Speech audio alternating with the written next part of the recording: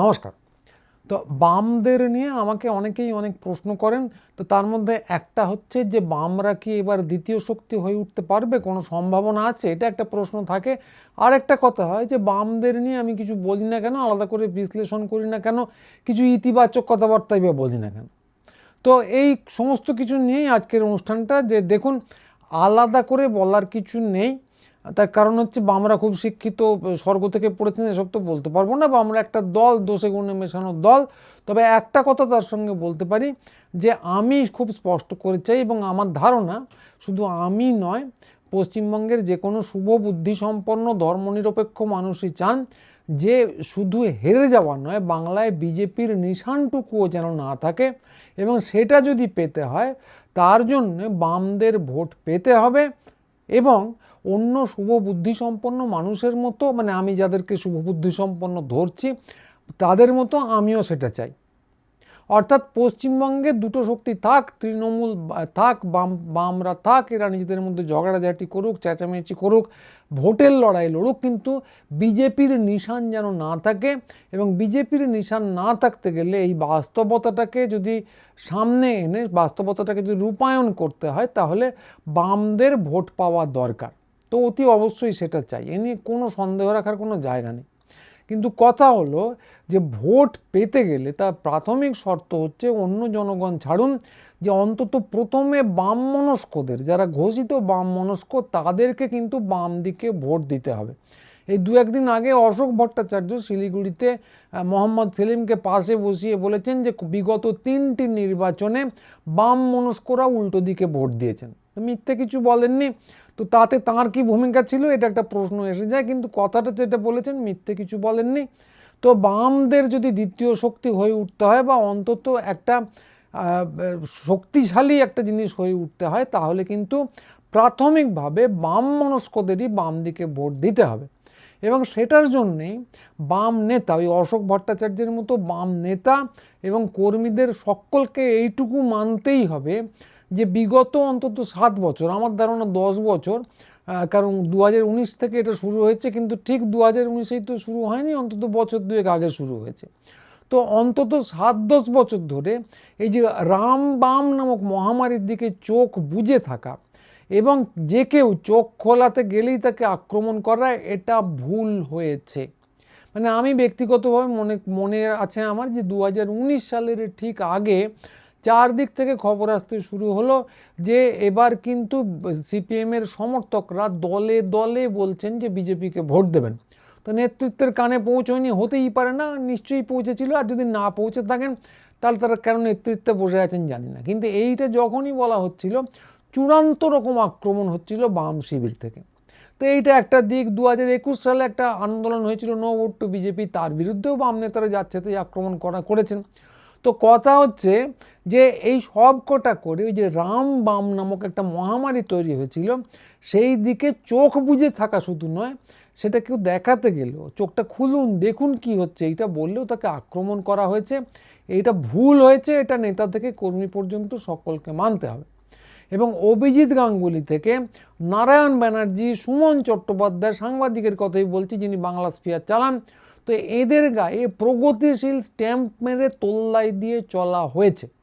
এবং এটা এখানেই শেষ হয়ে গেছে তা নয়, এদের এখনও অনেককেই হচ্ছে। তো এই যে লাল কমল যারা আছেন, যারা খানিকটা প্রগতিশীল হাবভাব দেখান কিন্তু আসলে বিজেপি, এই লাল কমলদের তোল্লাই দেওয়া বন্ধ না হলে কিন্তু বামদের ভোট বাড়বে না।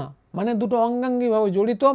বাম মনস্করা যা বামদের ভোট দেবেন, তবেই বামদের ভোট বাড়ার একটা সম্ভাবনা আছে। আর এই লাল কমলদের তোল্লাই না দেওয়া হলে বামদের ভোট, বাম মনস্করাও বামদের ভোট দেবেন না। তো কেন বলছি সেটা ব্যাখ্যা করে বলা যাক। তার আগে একটা কথা বলে নিই, যে এইসব কিচ্ছু না করেও যদি বামরা সাফল্য পান, অন্তত দ্বিতীয় স্থানে উঠে আসেন, তাহলেও আমার আপত্তির কিচ্ছু নেই। আমি বলবো আমার এই ফালতু উপদেশগুলো চূড়ান্ত ফালতু হয়েছে। কিন্তু সমস্যা হচ্ছে যে এই উপদেশগুলো ফালতু নন, যে কারণেই কেন বলছি যে বামদের লাল কমলদের তোল্লাই দেওয়া বন্ধ করতে হবে, সেটা একটু ব্যাখ্যা করে বলি। তো কেন বলছি, কারণ সমস্যা হচ্ছে যে একদিন আমরা যেটা দেখেছি, একদিকে ধরুন আদালত, অন্যদিকে ডাক্তার, বা অন্যান্য নানা রকম বুদ্ধিজীবী, এদেরকে নিয়ে খুব হইচই হয়েছে, যেটাকে মানে কাগজে কলমে বিপ্লব হয়ে গেছে, মিডিয়াতে গদি মিডিয়া এরকমও বলা যেতে পারে। তো এই যেটা হয়েছে তার বেশিরভাগটাই কিন্তু গদি মিডিয়ার বকলমে বিজেপির প্রকল্প। একদম খোল্লাভাবে জিনিসটা পরিষ্কার করে বলা উচিত যে ধরুন বিশেষ উকিলরা বিশেষ এজলাসে গিয়ে বিশেষ সাফল্য ছিনিয়ে আনছেন, তারপর বিচারক টিভি চ্যানেলে সাক্ষাৎকার দিচ্ছেন, সেখানে তারপর এজলাসে গিয়ে বলছেন ঢাকি শুদ্ধ ঢাক বিসর্জন দেব, তারপর একদিন সকালবেলা উঠে তিনি বিজেপি চলে গেলেন। এটা এমনি হয় না। এটা বোঝার মতো কাণ্ডজ্ঞান যারা রাজনীতি করেন তাদের থাকা উচিতই, যারা করেন না তারাও এটা বোঝেন, এবং এটাও বোঝেন যে এটা শুধু একটা ঘটনা নয়, এটা হিমশৈলের চূড়া, এটা একটা পুরো প্রকল্পের অংশ, যার একটা শুধু উনি বিজেপিতে চলে যাওয়ায় ফাঁস হয়ে গেছে। বিজেপিতে যাওয়াটা ওনার অনুচিত হয়নি, উনি ভিতরে থেকে এই কাজটা করে যেতে পারতেন। তো এইটা একটা। তারপর ধরুন এই যে অভয়ার মা বিজেপিতে চলে গেলেন, ওনাকে তো এরা সবাই ওই কাকু কাকিমা বলে ডেকে চলেছে, কেউ টের পায়নি যে বিজেপির দিকে ওনার একটা ঝোঁক আছে। উনি সাক্ষাৎকারে যা বললেন সে তো ভয়ানক, যে নারায়ণ ব্যানার্জি বিজেপিতে চলে আসার পর ওনার মনে হয়েছে ও তো সিপিএম, ও কেন দাঁড়াবে, কাজে আমিই দাঁড়াবো। তো এইটা বললেন পরিষ্কার করে। তারপর উনি বিজেপির নেতাদের ফোন করেন। তো ওর যে এত মাখো যোগাযোগ বিজেপির সঙ্গে এবং বিজেপির দিকে একটা ঝোঁক আছে, বাম নেতারা কি জানতেন না? বিশ্বাস পরিষ্কার জানতেন। এবং উনি যে ওনাকে যে একটা বিজেপির প্রকল্প হিসেবে তুলে ধরা হচ্ছে আন্দাজ না করার তো কোনো কারণ নেই। এবং সেটাও যে হিমশৈলের একটা চূড়ো, এটাও না বোঝার কিচ্ছু নেই। তো কিন্তু তারপরেও সমস্ত কিছু বুঝেও না বুঝে আমি বলতে পারবো না, কারণ না বুঝলে এত নির্বোধ বলতে হয় যে তাহলে রাজনীতি নিয়ে কথা বলার কোনো মানে নেই। তো কথা হচ্ছে যে না বুঝেও এই তোল্লাই দেওয়ার কাজটা কিন্তু চলেছে দীর্ঘদিন ধরে। কার্যত বিগত কয়েক বছরে কলকাতার এলিট মহলের যে বুদ্ধিজীবীরা, তারা কে বাম আর কে বিজেপি বোঝা যায়নি কথা শুনলে। টিভি বিতর্কই ধরুন, টিভি বিতর্কে আমি দীর্ঘদিন ধরে সেই 2019 সালের পর থেকে দেখে আসছি যে সত্যি কথা বলতে কি মুখ না চিনলে, বলে না দিলে বোঝা যাবে না কে বাম আর কে বিজেপি। খুব সামান্য একটু তফাৎ, ওটুকু তফাৎ খুব ভাই বেরাদরদের মধ্যেও থাকে। তো সেটা কেন হয়েছে? এই জন্য নয় যে সিপিএমের নীতি বিজেপির পক্ষে, এই জন্যে যে ওরা ফোকাস করেছেন যে কোনো কারণেই হোক জেনে বুঝেই করেছেন যে আপাতত বিজেপির বিরুদ্ধে না বলে পুরো আক্রমণটা তৃণমূলের বিরুদ্ধে নিয়ে যাব, এবং সেই কারণে বিজেপির সঙ্গে কোনো তফাৎ ওদের বোঝা যেত না। এটা কেউ যদি অস্বীকার করেন তিনি নির্জলা মিথ্যে কথা বলছেন। খুব স্পষ্টভাবে এই লাইনেই কথাবার্তা হতো, ফলে কে বাম আর কে বিজেপি বোঝা যেত না। এবং এটা একটা প্রজেক্ট যে বামরা তো শূন্য এবং 5-7% ভোট পান, ওদের তো মিডিয়ায় অন্তত এই আলোচনাগুলোতে তো ফোকাস দেওয়ার কিছু নেই। ওনাদের আন্দোলন দেখায় না বলে ওনাদের লোকেরাই খুব ভীষণভাবে আপত্তি করেন। তো ওদের তোল্লাইটা তাহলে কেন দেওয়া হয় বিতর্ক সভায়? কারণ একটাই, বিজেপির লোক বলতে তো ওই একজন উকিল নামধারী এবং একজন পুজো করেন। তো এরা কি একটা বক্তব্য পেশ করবেন? ওদের কাজটা বামরাই করে দিতেন, বিরোধিতাগুলো খুব সুস্পষ্ট সুললিত ভাষায় বলে দিতেন, এবং কার্যত দেখা যেত একটা ঐক্যমত্য তৈরি হয়ে গেছে তৃণমূলের বিরুদ্ধে, এবং বিজেপি যেহেতু বড় শক্তি তার ফসলটা বিজেপি নিয়ে যেত। তো এই করতে গিয়ে বুদ্ধিজীবী ধরুন, টিভিতে ধরুন, কে বাম আর কে বিজেপি তফাৎ কিচ্ছু বোঝা যেত না। এবং বামরা যে পদ্ধতিটা বললাম, এতে যত বেশি গলা তুলেছেন তত বেশি কিন্তু বিজেপির প্রকল্প সাফল্য লাভ করেছে। মানে নিট ফলটা হলো যে ওনারা যত বেশি ওই একবার 2021-এর পর একবার চৈতন্য এসেছিল যে বিজেমূল কথাটা বলা ঠিক হয়নি, বিজেপি আর তৃণমূল দুটো আলাদা পার্টি, এটা বলা উচিত, কিন্তু সে বোধহয় 5 মিনিটের চৈতন্য। তারপর থেকে আবার তারা পুরনো লাইনে ফিরে গেছেন, এবং যত চেঁচিয়েছেন বিজেপির ঘরে সফলতা তত বেশি ঝাঁপিয়ে পড়েছে। তো নিট ফল যে কী হয়েছে এটা ওনাদের না জানার কিছু নেই। তো ওনারা বিলক্ষণ জানেন, আবারও যদি না জানেন বলতে হয় রাজনীতি করাটা ছেড়ে দিন। তো কথা হচ্ছে যে চাকা এই দিকে কিন্তু দীর্ঘদিন ধরে গড়িয়ে গেছে। তো এই বিষটা অনেকটা ঢুকে গেছে, এই বিষটা পুরোটা ঝেড়ে না ফিরলে চাকা কিন্তু উল্টো দিকে ঘোরার কোনো লক্ষণ দেখা যাচ্ছে না। এবং দুঃখের সঙ্গে বলছি যে এখনও সেরকম কোনো লক্ষণ দেখছি না যে চাকা উল্টো দিকে ঘুরে যাবে। আমি চাই, কিন্তু কোনো লক্ষণ এখনও দেখছি না। এই ধরুন অনেকগুলো উদাহরণ দিলাম, টিভির উদাহরণ দিলাম, আরেকটা উদাহরণ দিই যে অভয়ার মা পানিহাটিতে দাঁড়িয়েছেন, তার প্রার্থীপদ মোটামুটি নিশ্চিত, এবং দাঁড়িয়েছেন কার হয়ে? বিজেপির প্রার্থী হয়ে। তো দীর্ঘদিন ধরে বিজেপির সঙ্গে তার যোগাযোগ, এটা তো আন্দাজ করতেই পারছি, ওনারা নিশ্চয়ই জানতেন, সেটা আগেই বললাম। তো কথা হচ্ছে এবার তো বাম নেতাদের তার বিরুদ্ধে বলা উচিত, কিন্তু বলবেন কি? কাকু কাকিমা বললে আহ্লাদ করে করেই আর কুল করতে পারছেন না। না, সৌজন্যে কোনো আপত্তি নেই বটেই, সৌজন্য থাকা উচিত। যদি কেউ কাকু কাকিমা বলেন তাহলে তাকে বলবেন না কেন? সম্পর্ক কি ছেদ করে দিতে হবে? না, একদমই না। কিন্তু কথা হলো মানে সৌজন্য থাকাই উচিত। এই ধরুন আমি যেখানে থাকতাম, সিঙ্গুরে থাকতাম, সেখানে তৃণমূলের যে প্রার্থী তাকেও চিনতাম, সিপিএমের যে প্রার্থী তাকেও চিনতাম, কারোর সঙ্গে বেশি ঘনিষ্ঠতা ছিল, কারোর সঙ্গে কম। ব্যক্তিগত সম্পর্ক নষ্ট করে দেওয়া হয়েছে, কাউকে কি দেখলেই আমি গালাগাল দিতে গেছি? দিইনি। এটা সৌজন্যের ব্যাপার, এটা থাকাই উচিত। কিন্তু কল্পনা করুন, অভয়ের মায়ের কথাই বলছিলাম, তিনি বিজেপির হয়ে না দাঁড়িয়ে ধরুন কোনো জাদুমন্ত্র বলে আজকে তৃণমূলের হয়ে দাঁড়িয়ে পড়লেন, তো তখন কি দেখা যেত? এরকম সৌজন্য দেখা যেত? একদমই না। তখন বলা হতো কাকিমাও শেষমেশ চটি চাটলেন কিংবা বিক্রি হয়ে গেলেন, এইসব শুনতে হতো। কেউ যদি বলেন শুনতে হতো না, তিনি আবারও মিথ্যে কথা বলছেন, অবশ্যই শুনতে হতো। এবং এই যে আক্রমণগুলো, এগুলো ভালো কিছু না, কিন্তু আমি শুধু বাস্তবতাটা বলছি। বাস্তব হলো শুনতে হতো, এবং বাম পক্ষের দিক থেকেই শুনতে হতো। কিন্তু তার বদলে ওনারা যে বিজেপি চলে গেছেন, তখন তাতে কি শুনছি? শুধু শুনছি বেশি কিছু আক্রমণ করবেন না, ওটা ব্যক্তিগত ব্যাপার। আরে বাবা, সবাই জানে যে কোনো লোকের ভোটে দাঁড়ানোই ব্যক্তিগত, কেউ কাউকে মাথায় বন্দুক ঠেকিয়ে ভোটে দাঁড় করায় না, খুব পরিষ্কার ব্যাপার।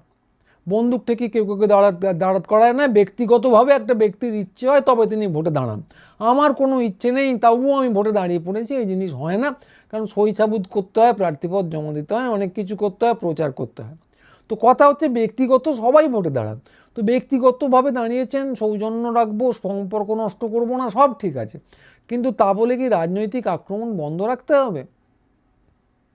তো রাজনৈতিক আক্রমণ যে বন্ধ করে দেওয়া হচ্ছে একরকম করে, তাতেই এই সমস্যাটা দেখা দিচ্ছে। যে কারণে আমি লাল কমলদের দূর করে দিতে হবে সেটা বললাম। যে সমস্যাটা কি? যে এই যে ফারাকটা, তৃণমূলে যোগ দিলে একরকম আর বিজেপিতে যোগ দিলে আরেক রকম।